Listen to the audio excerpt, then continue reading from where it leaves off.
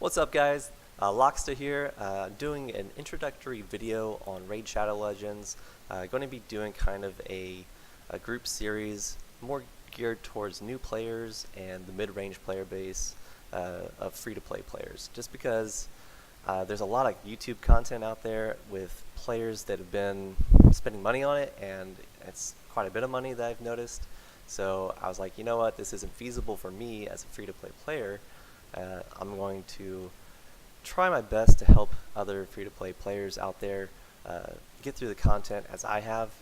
That being said, I am no longer a free-to-play player. At level 50, I got a limited time offer. I just couldn't pass it up. It was like 60 bucks for 2 sacred shards and then 3,000 gems along with 1,500 energy and quite a bit of silver actually too. I can't remember how much, but it was a hefty amount. Anyways, I just couldn't pass it up, so I went ahead and I spent it. I love the game. I've been playing for about 3 months. I feel like I'm going to play it for quite a while. The content is great, and they're coming out with new content constantly, so awesome game, love it. Thought it was worth spending a little bit of money just to support them a bit. Anyways, that being said, let's go ahead and dive into this. This is going to be a pretty short video, or at least I'm going to try and keep it short. So first off, I want to go over the marketplace and gem spending in general. The main reason I want to start with the market is because I actually logged in and saw that I have a great deal. This baby right here, the Ancient Shard. This is like the holy grail of the marketplace. Whenever you see one of these bad boys, you want to make sure you get it. You want to make sure you have at least 200,000 silver saved up, maybe even 400,000, just in case 2 pop up. I've never seen 2 pop up, but it may happen, and you'll be kicking yourself in the nuts if you don't have two ancient shards worth of silver. So yeah, anyways, want to make sure you always buy those, and yeah. Anyways, along with the marketplace, all of these don't start unlocked. You have to unlock them, and it costs both silver and it costs gems. I think this side's silver and then this side is gems. Somebody correct me if I'm wrong, but anyways, it alternates. It's silver, gem, silver, gem, silver, gem, silver, gem. I honestly would not recommend unlocking it all at once. Every now and then, just come into the shop and see if there's anything you want down here, and and if it's something that's worth unlocking it for, like one of those ancient shards that I just bought, go ahead and unlock up to that. It's pretty easy. It shouldn't cost too much until you get down to like the bottom 4, then it starts costing a lot. But yeah, you don't want to spend all your silver on that. You'll be using silver quite often, upgrading gear and other things of the sort in the beginning. I pretty much never refresh. I've never spent any gems refreshing this. I don't recommend you do that, just because it's kind of a waste as a free-to-play player to be spending gems whenever it refreshes every hour anyways. So that's it for the marketplace. Every now and then you will see like some decent gear in here. Like, I wouldn't buy stuff unless it's like 4 or 5 star in here, and if it's a 4 star, it better be like the proper stat. Like, it better have like crit for the glove or something that you really need. Other than the marketplace, the mine is the other big question people have. Is it worth it? And my answer for the mine is only worth it if you're planning to play on a long time. Honestly, if you're not going to be sticking with the game for a long time, it might not be worth it, because you have to spend a lot of gems just to upgrade it to level 3. And as you can see, it gives me 1 every hour and 36 minutes, and it stores 15. So I mean, I do get a good hefty amount of this, but if you're not planning on playing a lot, it might be better to spend your gems elsewhere. Likewise, the Sparring Pit, I just simply don't think it's worth it. I haven't unlocked anything except for this first one, and I don't plan on unlocking any others. Just because I don't feel like it's worth it. I feel like I'll level up things just in the campaign, and that's it. Other than those, I wouldn't say there's much else you're going to be spending your gems on, except for one other thing. That is this big shard pack. This is the only thing that I think is worth purchasing with your gems, and I highly recommend that you as a new player or even a mid-level range player save up your gems for these 11 ancient shards plus the silver. It's a really good deal for 900 gems. I wouldn't say that, sorry, let me get back to the gem shop. I wouldn't say that you should worry about full energy or refill tokens for Arena anytime soon as a new player or even a mid-range player. It's just not really worth it. You have plenty of other free ways to refill your energy and refill your tokens. And you're going to be getting a lot of free XP boosts just from doing your quest. So don't worry too much about those. Definitely just worry about the big shard packs, and hopefully whenever you open them you'll get luckier than me and you'll pull like an amazing legendary. Alright, other than that, let's go into the campaign. So if you're new to the game, I would say the most important thing is to just focus on getting through the campaign. You want to be able to beat the campaign on normal and then work on getting all the stars. And by all the stars, I mean all the stars for a stage. You can get up to 3 stars, and if you click on this little eye right here, it'll bring up information on how to get 3 stars. Essentially, you have to clear the stage with 2 or fewer champions in less than 10 minutes without losing a champion. And it can be pretty difficult as a new player, so don't worry about it at the start. Wait until you can actually beat the normal campaign, get through everything, and then go back and try and get a 3-star on all of it. And you'll get all the rewards down here as you get the stars.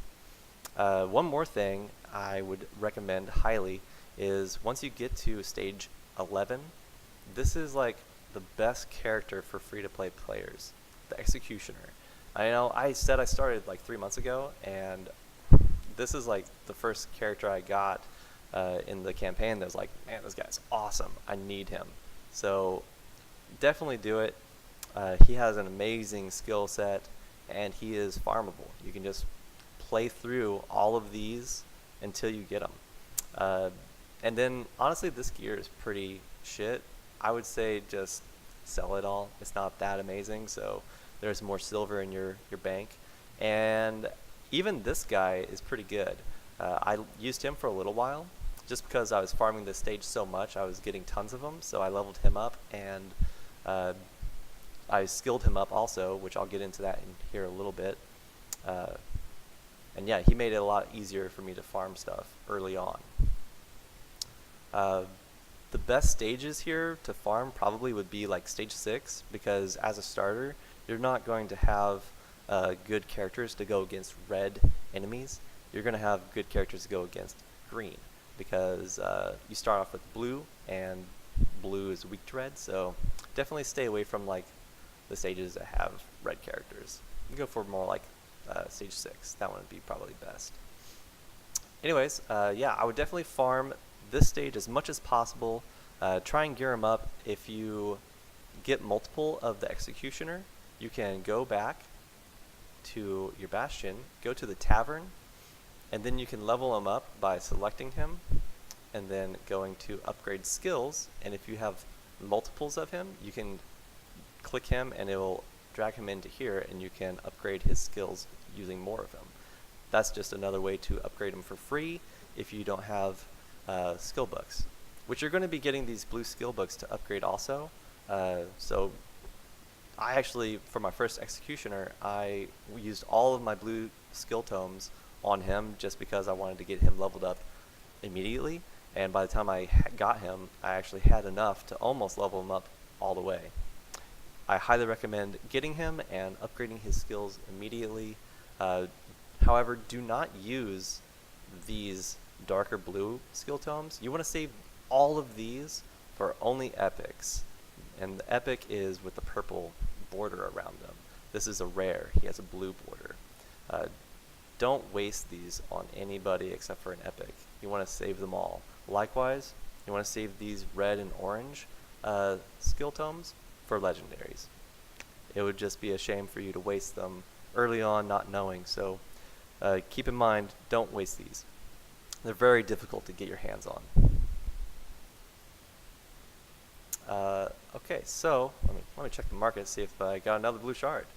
Nope, I didn't. But maybe this is good. Yeah, this is a decent chest plate for offense. Nice attack percent, but not quite what I want to get into. Anyways, sorry guys. Another thing I wanted to hit on real fast was arena. Should you do it early on? And I think you should. It can be fun. Just jump in it and just try and fight people your level. Try not to overstep your boundaries. Like, I mean, you're going to see a lot of high-level people probably still in the lower ranks, but just do it. And it's good to farm up your tokens. Like, you'll earn all of these medals, and you'll want to save them, I would say. Right now, I went ahead and I spent a lot of mine just because my team is mostly blue. So I started putting a bunch of stuff into my blue tavern stats. But I would recommend you save your tokens for early, just because you're not sure what your team is going to look like just yet. You're welcome to spend them on whatever you want, but I would recommend waiting until you know what your base team is going to look like before you really spend them.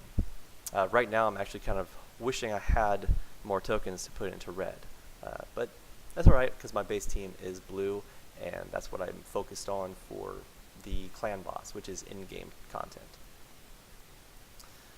So definitely farm your tokens. I wouldn't use them just yet. Try and save them if you can to help your future team as best you can. And it kind of depends on what you're going to be doing. Are you going to be focused on PvE or PvP?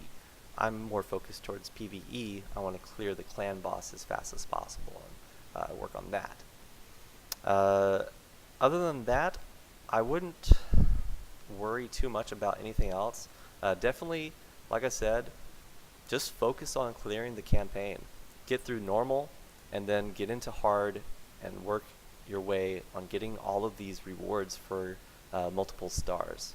It'll be a while before you can get through brutal, but if you get executioner, he can solo all of this content, especially once you get him geared up properly. Let me kind of go over a gear set for the executioner. So lifesteal set is just the most important thing for executioner. You need to get lifesteal set. That is what I have on him, and it's amazing because he counterattacks every time he gets hit using this ability. So whenever he counterattacks, he steals whatever portion of life that he got taken away, he gets it right back. So he is like the most optimal free-to-play farmer for anybody, because you can completely skill him up without using any skill tomes. You can do everything for free. It's great. Anyways, as far as the gear goes, you should get a free lifesteal set if you're a new player. You just get it for logging in, and eventually you'll get it. I got super lucky with mine. Hopefully you guys will also. This isn't all of it, but I am still using it. It had like very good rolls on it, and it's all random, so hopefully you'll get like the percent base stats for your gloves, your chest, and your boots. That is the best. For gearing on the executioner, I don't know what's optimal, but I went defense, like all percent defense, and it's amazing. Like, he just takes no damage and heals a ton. It's awesome. And the reason I went defense is obviously because it says he's defense, so I was like, you know what? I'm just going to max out his defense and make him insane. I'm thinking now that I might change some of it, like maybe change one of them from defense percent to HP percent, just to give him a little more health to work with.